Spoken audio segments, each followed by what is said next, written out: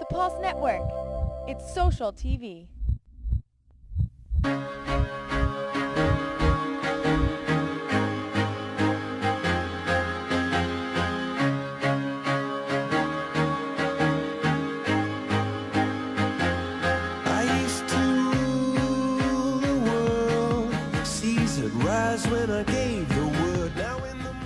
Hi, I'm Ed Gaskin, and I want to welcome you back for another edition of CMO Advantage. This is the show where we bring you subject matter experts and thought leaders to give you tools, tips, techniques, technology, competitive advantage in the marketplace.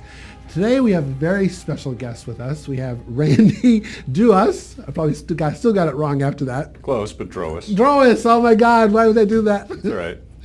You're excused. Thank you. So Randy Drawas, who is the Senior Vice President of Marketing Operations at Kaspersky Labs, he's going to talk about some of the success they've had with content.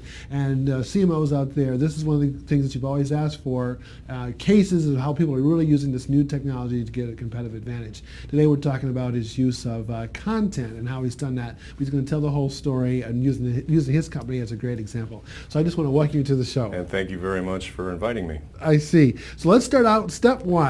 For somebody who's never heard of Kaspersky Labs, that one person out there who hasn't installed your software yet, Yeah, who are you guys? that hasn't done that? Well, there might be one. Okay, well, in order to tell the Kaspersky Labs story, I think you have to start with what really truly is our mission as a company. We are in the internet security business.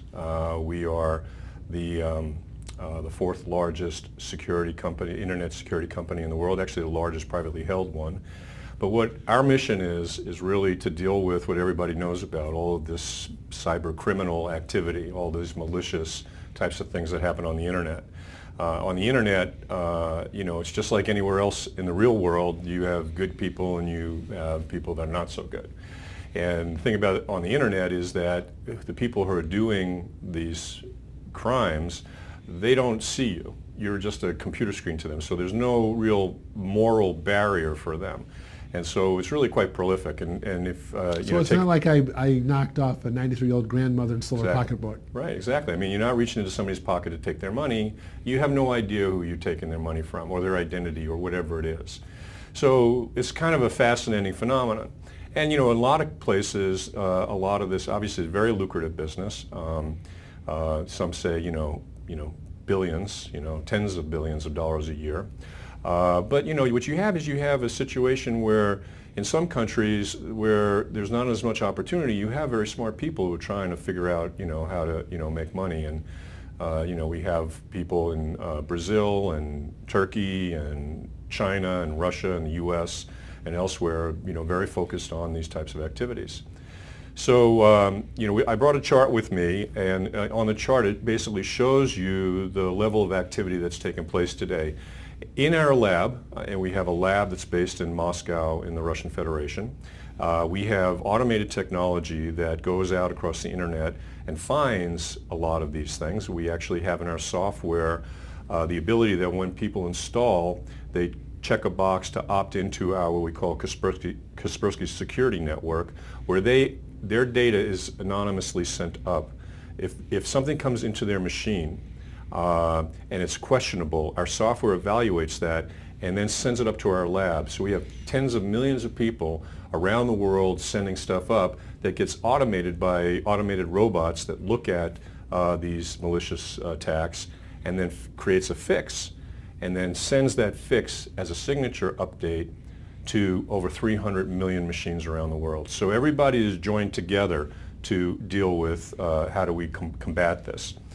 But if you look at the activity and you look at what's coming into the lab, we are seeing now 70,000 unique threats coming in every day. Wow. It's a massive amount. If you think about that, if you think about 24 hours, how many is that an hour? And when I joined the company in 2005, there was a total of 180,000 known threats. Today there's almost 6 million. Wow. And so it's exponentially increased. And what we're finding is, examples are malicious software or malware. We're seeing 1 in 14 downloads that people do are malicious. Wow. So it's very prolific. And the reality is that malware is actually a business. You can go up on the internet and buy a virus or a Trojan and vulnerabilities. Really? Yeah, absolutely. And these businesses, which are up there, they basically have, terms of service. They You're do kidding, press just like they're releases. selling They're like a software. regular business. And the issue really right now, and we're getting much better at it, is that there's no global law enforcement. It's very difficult. So if a hacker in the United States attacks somebody in Russia, the U.S. is not going to let a U.S. citizen get deported to Russia for trial. It's just not going to happen. So there's a lot of issues around cross-border, and this is a global epidemic. So there's lots of challenges, and that's where we come in. We are part of an industry where there are several well-known companies that many people know of that do this type of thing, antivirus, anti-malware type of software. We've been in the United States for about 6 years. We've been in U.S. retail for 5 years. I want to talk a little bit about that. But Kaspersky, as I said earlier, is the largest privately held security company in the world. We protect, almost 400 million systems around the world. We've grown in a very short period of time from 25 million in 2004 to more than $500 million, approaching $750 million this year. We are adding to our network. Every day we're adding 50,000 new systems are adopting our software and coming onto Kaspersky. 50,000 per hour or day? 50 per day. 50,000 per day. Did I say per hour? I meant per day. No, 50,000 per day. That's pretty. Yeah. So 50,000 new users are coming onto our technology, and we believe that's because of the quality of what we do.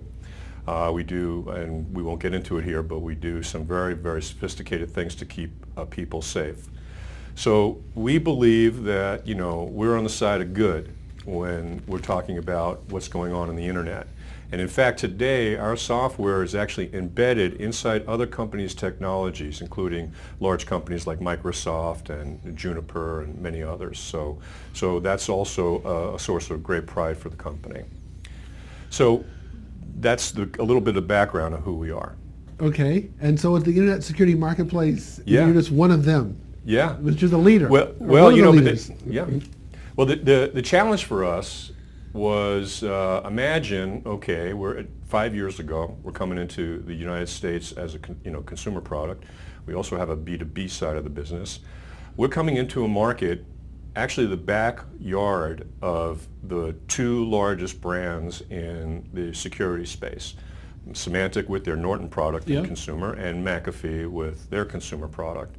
And of course, there are other companies there like Trend Micro and companies like AVG that give it away for free. I mean, I can talk a lot about that, but the essence is that some people can get this stuff for nothing. We see differences in that, but that's another discussion. It's a strategy. Yeah, it's their strategy, and like I said, we can talk about that, but not here. So the challenge from a marketing point of view was, how do you take, let's just say, this unknown Russian software coming into the United States with the relationship between Russia and the U.S., how do you bring that software in to compete against very, very large brands?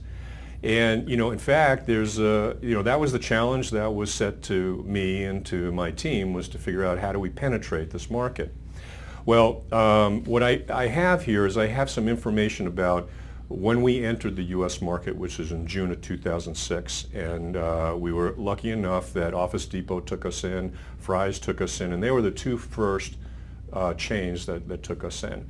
Our first month of being in the U.S., we came in, we were ranked number 8, and we made $40,000 plus. That was our entry in. So here we have a very daunting task to really penetrate the market. Well, we did a lot of things right, and if you fast forward now to this past June 2011, Kaspersky has gone from just a minuscule share to the entire share in the market. We now own 23% in a dollar volume. But if you move to the next chart, you'll see from a volume level, we sell more software in the United States than any other software company, including Microsoft and Worlds of Warcraft. So we have... You sell more software than Microsoft? Microsoft in U.S. retail, within the retail chains, we sell more boxes of software than any other company. So you're the leading packaged software company in the United States. Wow. Okay, so now that's in a very short period of time. I mean, we're thinking 2006 to 2011, so in 5 years, we've had this, very, very significant penetration. We were basically everywhere. So, one of the questions is why did that happen? How did you do that? And every marketer knows that you got to have a great product. Without that, it's kind of smoke and mirrors and not real. So we believe we have a really solid product. We consider the Cadillac or the Mercedes or whatever of the security market. We do really some wonderful things with our technology, but a lot of it was really down to execution. How did we execute getting our distribution? How did we execute with not a lot of marketing dollars against large brands like Symantec who spend a lot of money to do those things? And really that was the trick. How do we do that?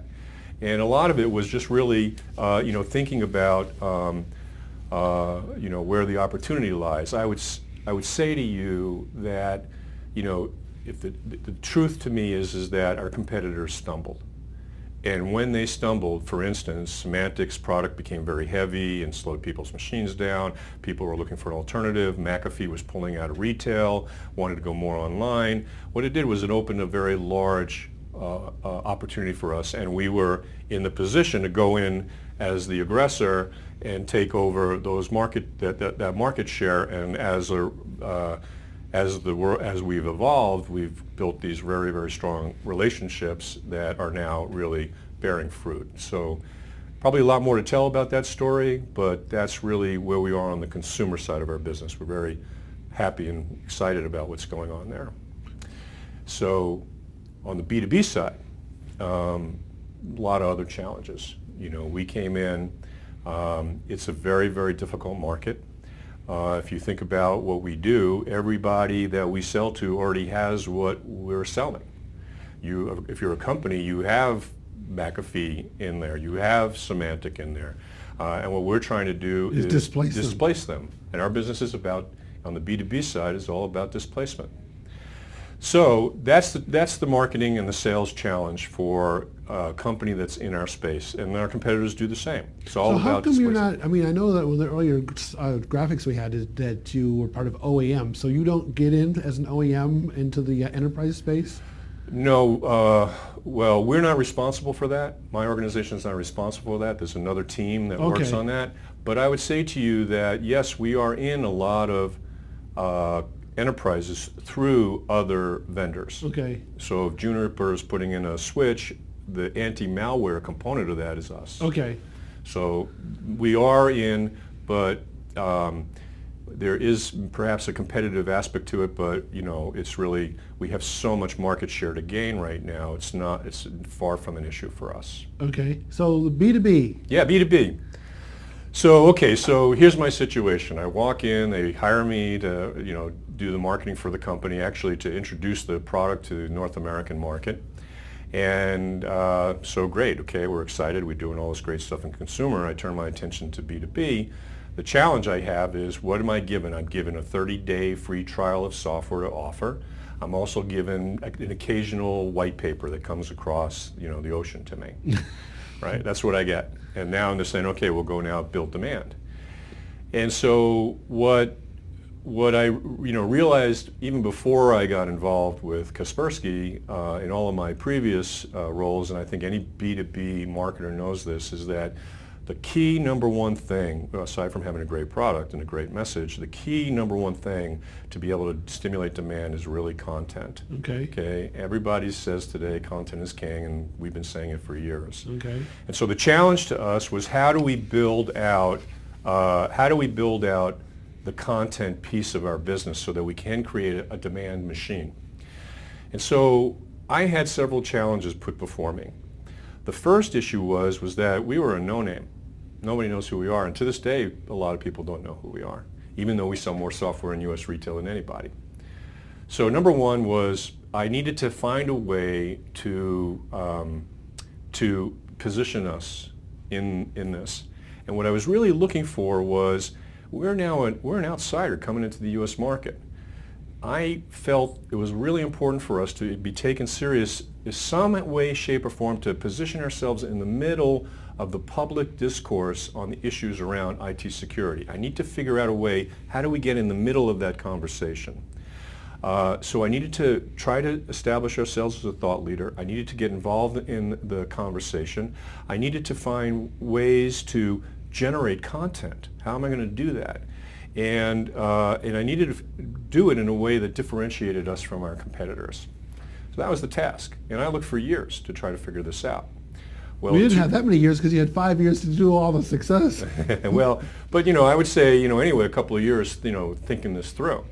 And nothing was apparent until one day, all of a sudden, the news hit that all of the newspapers were crashing and burning in 2008, and everybody was thinking everything's going to the net. And the idea came, the idea was, well, what's going to happen to all of those journalists? And it occurred to me that if we can go get those journalists and bring them to us, we can then create our own publication, and we can create our own media and transform our company from being simply a technology company to also being a publishing company. What a great story. Right? So and it was all based on the need to get into the middle of the conversation and to generate content.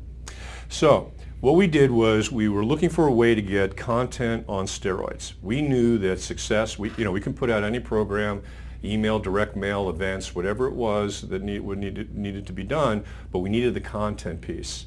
And so what we said was there are really, those four things. One is to, as a company, our obligation to the market is to respond to what's going on the bad side of cybercrime. Cybercrime was on a huge rise, still is, and it hasn't slowed down. It's only getting faster. And we felt as a corporation, our public mission, our personal mission as a company was to be able to help educate the world on what was going on, because we thought, and we believe still to this day, that it's not just the technology, it's also building the awareness that people are aware of these things and they behave perhaps differently on a consumer side and a B2B side. So one of the missions that we set to the task of doing was to be able to respond to this rapid rise of cybercrime activity. Another thing was, like I said earlier, was to position ourselves as a central player within the market, particularly in the U.S. market. We wanted to build out a new class of marketing opportunities for ourselves, and we wanted to, like I said, differentiate ourselves. And so what we did was we set to the task of looking for those key journalists that are really probably the best in the country covering our space, which was IT security. And sure enough, in conversations with them, they were all very nervous about what was going to happen. And I said, come over to us. And what I'm going to do is I'm going to set up an environment where we will not touch the content. So Kaspersky does not touch the content that happens on the site. It is completely independent. There's no discussion about products. There's no discussion about company strategy. There's nothing about the content that would contaminate the content to being pure objective journalism. And even if they said, they, like if we had a bad incident that happened to us, they are free to report on that. That's the nature of this, that needed to be trusted content. And so what we did was we built a site, and the site is called Threatpost, and it's at threatpost.com. And what it is we call it the Kaspersky Lab Security News Service. And the site, there's so much to talk about on the site, and really I think this is the opportunity with you, is to share with you the learnings that we had off of this site, and in particular how we think about it, what we've created. A lot of people talk about the idea of creating social media sites and communities and that type of thing, and I too was looking at all of the software like Prospero and some of these other companies that were building community software. That was part of my exploration also.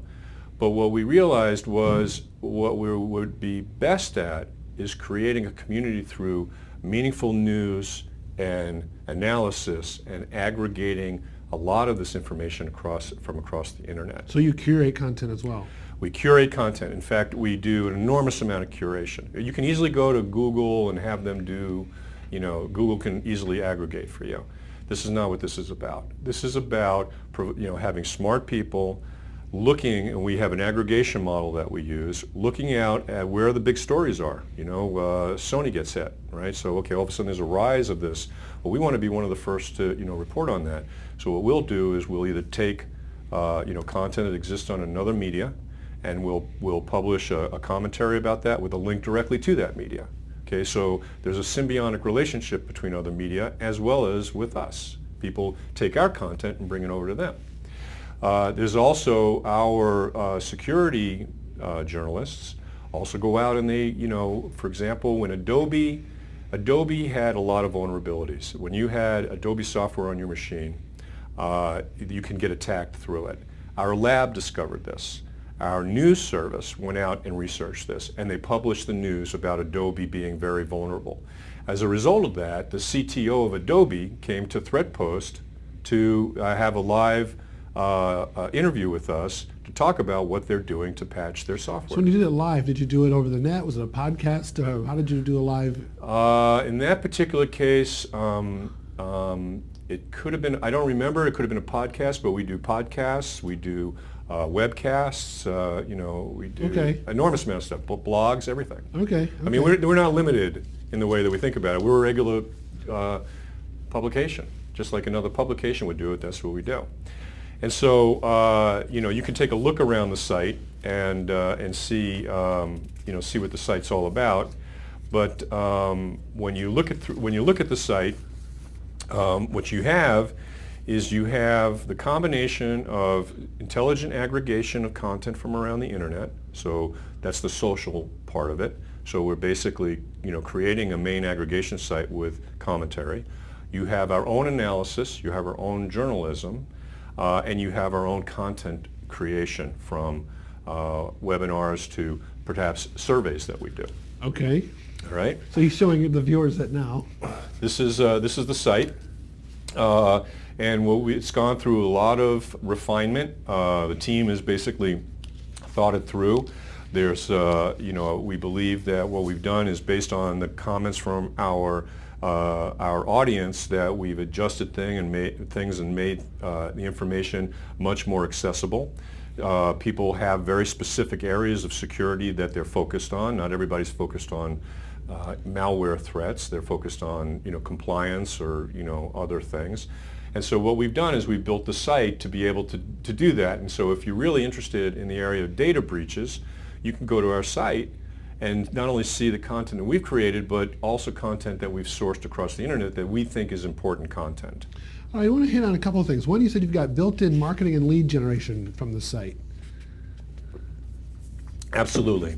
So what I'd say is there's an image that, thank you. This image is basically saying that Kaspersky is funding this. This is an example of true corporate journalism. Okay. In fact, we won in 2010. We were chosen from Forrester as their Groundswell Award as the B2B media site.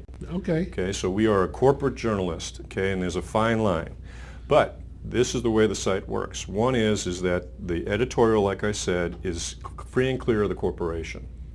I oversee that, would in essence be the publisher, but that team is aware of their freedom and perhaps certain areas that they shouldn't go into, like talking about companies' strategy and things like that. But on the other side of the house is my team. And when you look at Threatpost, the only advertiser is Kaspersky. Okay. And so from a traditional online point of view, we have banners, we have white papers. The Threatpost site goes out to, I think, around 15,000 people 3 times a week.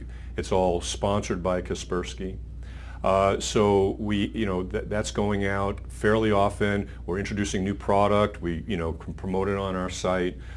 We have other things that we do from informational things that our lab will create that's promoted on the site. So there is no other advertiser on Threatpost. We are the ones because so you created your own medium, basically. We have, and in fact, if you look at the ROI model of it, just in the media piece alone, if you take conservative numbers of what we'd be spending elsewhere, we're already more than almost close to a 2-to-1 return on the investment So on the basically, site. from impressions and things like that, Yes. you're getting more exposure through your own medium, and it's at 50% of the cost as if you were an advertiser getting the same impression someplace else. Precisely. All right, how about this this repurposing Threadpost content for marketing program? Right. So that's when you talk about your team. So you guys are taking this stuff and you're using it. Yes, and this is really the most exciting part for me. Is one of the things we're doing is the idea behind the site is to create rich content, meaningful content. The question then becomes okay, how do we take that content, repackage it for deployment through any kind of outbound program? So an example would be. Obviously, one thing, I'm going to have them show the best practices and lessons learned while you're talking through this. Yep.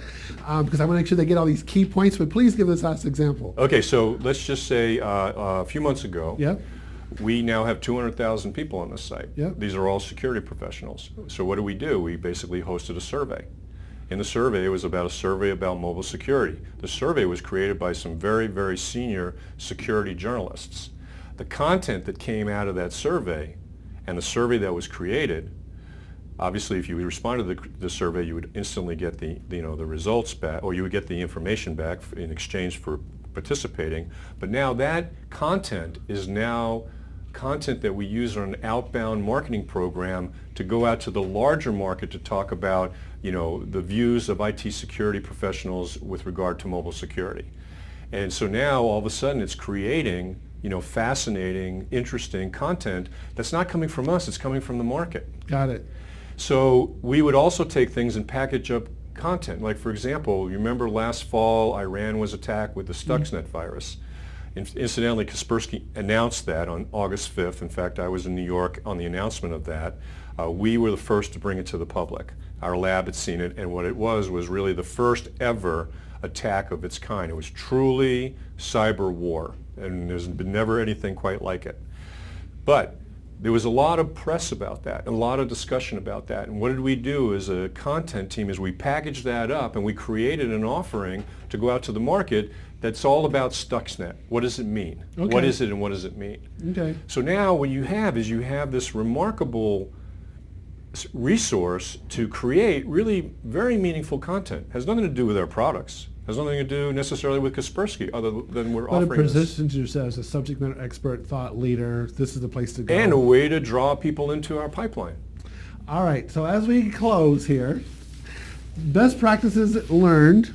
A lot of these seem to be very straightforward. Hopefully, as we've had this discussion, they've become obvious in listening to you. Yep. And I also think it's just amazing because I would appreciate the fact you're willing to share how you were able to grow the company to that size in that short period of time. I wish we were all of that successful.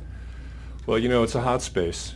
What can I say? I mean, it's a hot space, and it's a challenging space because a lot of people look at our market as being highly commoditized, but it's not. There's differentiation, and the key thing from us as a marketer is to show that. Well, maybe we'll have to have you come back next time and talk about how you did it on the retail, on the B2B. You You talked about B2B today. Maybe come back and talk about the I'd consumer be side. more than happy to talk about it. It's a source of great pride for all of us at Kaspersky, what we've done.